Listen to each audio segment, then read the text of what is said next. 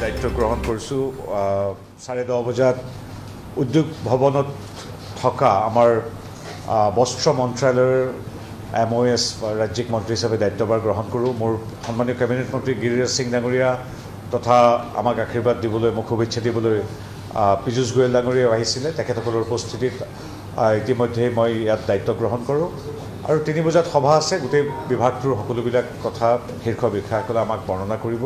কিন্তু তাৰপিছতেই মই 12 বজাৰ আগে 12 বজাৰ পৰা আৰু এখন সভা আছে আমাৰ বৈদেশিক মন্ত্ৰালয়ত। হয়তো মই আজি তাতো দায়িত্ব গ্ৰহণ কৰিম, হয়তো নহয় মই আজি তাতো দায়িত্ব গ্ৰহণ কৰিম। গতিকে দুইটা দায়িত্ব আজিয়ে গ্ৰহণ কৰিছোঁ আৰু ইতিমধ্যে মই দুগৰাকী সন্মানীয় কেবিনেট মন্ত্ৰীৰ লগত কথা পাতিছোঁ।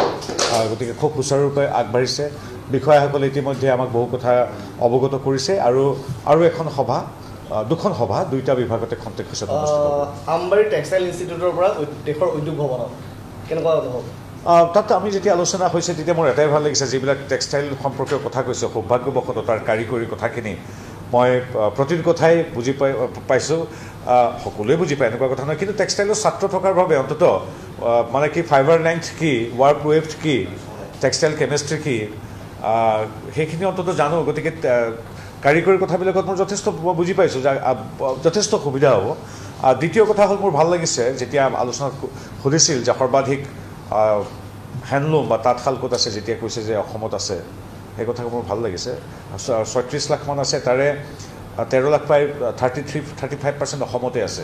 গতিকে এই কথা মোৰ যথেষ্ট আনন্দ দিছে। অসমৰ নৰ্থ ইষ্টৰ হেণ্ডলুমৰ কথা প্ৰশংসা কৰিছোঁ সকলোৱে। মানে অসমৰ বস্ত্ৰশিল্পৰ লগতে শুৱালকুছি আপোনাৰ পৰা বহুত কিবা আশা কৰিব পাৰিম। আশা প্ৰত্যাশাটো থাকিবই, সেই ইতিবাচক আশা প্ৰত্যাশাৰেতো মানুহৰ জীৱন বা সপোনবিলাক আগবাঢ়ে। গতিকে আমাৰ এই চৰকাৰখনে, মই বুলি নহয়, নৰেন্দ্ৰ মোদীদেৱৰ চৰকাৰখনে হেণ্ডলুম ছেক্টৰ বা উদ্যোগ, যিটো আমাৰ বস্ত্ৰ উদ্যোগৰ লগতে আমাৰ যিখিনি পৰম্পৰা আছে তাৰ প্ৰতি শ্ৰদ্ধাশীল। আৰু সেইকাৰণে মই থাকোঁ নাথাকোঁ ডাঙৰ কথা নহয়, বা আছিলোঁ নাছিলোঁ ডাঙৰ কথা নহয়। আমাৰ গামোচাখন, সেই গামোচাখন আজি GI টেগ পালে। গতিকে আমিতো নৰেন্দ্ৰ মোদীদেৱক ধন্যবাদ জনাব লাগিব। ঠিক তদ্ৰূপ শুৱালকুছিৰ পৰা আমাৰ শিপিনীসকল, যিসকলে এনেই ঘৰত বয় বেলেগ কথা, কিন্তু কিছুমানে সেইটোকে পেচা হিচাপে আন্তৰিকতাৰে লয়, তেওঁলোকক কি সহযোগ কৰিব পাৰি ৰাজ্য চৰকাৰে কৰি আছে। গতিকে ৰাজ্য চৰকাৰক নিশ্চিতভাৱে আমাৰ কেন্দ্ৰীয় চৰকাৰে সহায় কৰিব আৰু কেন্দ্ৰীয় চৰকাৰৰ নিজাববীয়া যিখিনি প্ৰকল্প আছে সেইবিলাক আগবঢ়াই নিব।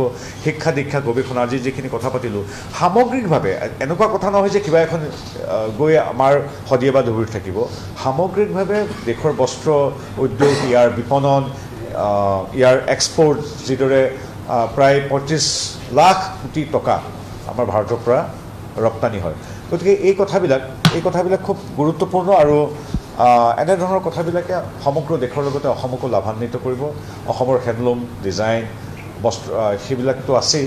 গতিকে মই ভাবোঁ আমি হাতে হাত ধৰি গোটেই ডিপাৰ্টমেণ্টটোৱে সামগ্ৰিকভাৱে বস্ত্ৰ উদ্যোগৰ কাম কৰিম আৰু নিজে অসমীয়া হিচাপে অসম তথা উত্তৰ পূবৰ প্ৰতি এটা দায়বদ্ধতা নিশ্চিতভাৱে থাকিব। তাতে মই আপুনি কোৱাৰ দৰে টেক্সটাইলৰ ছাত্ৰ আছিলোঁ, সুবিধা হৈছে। এতিয়া মই অলপ পিছতে আমাৰ বৈদেশিক মন্ত্ৰালয়লৈ গৈ 12 বজাৰ সভাত জয়শংকৰ ডাঙৰীয়াৰ সৈতে উপস্থিত থাকিম। তাৰ আগতে হয়তো মই আৰু আধা ঘণ্টাৰ পিছত মই তাতো অফিচৰ দায়িত্ব গ্ৰহণ কৰিম।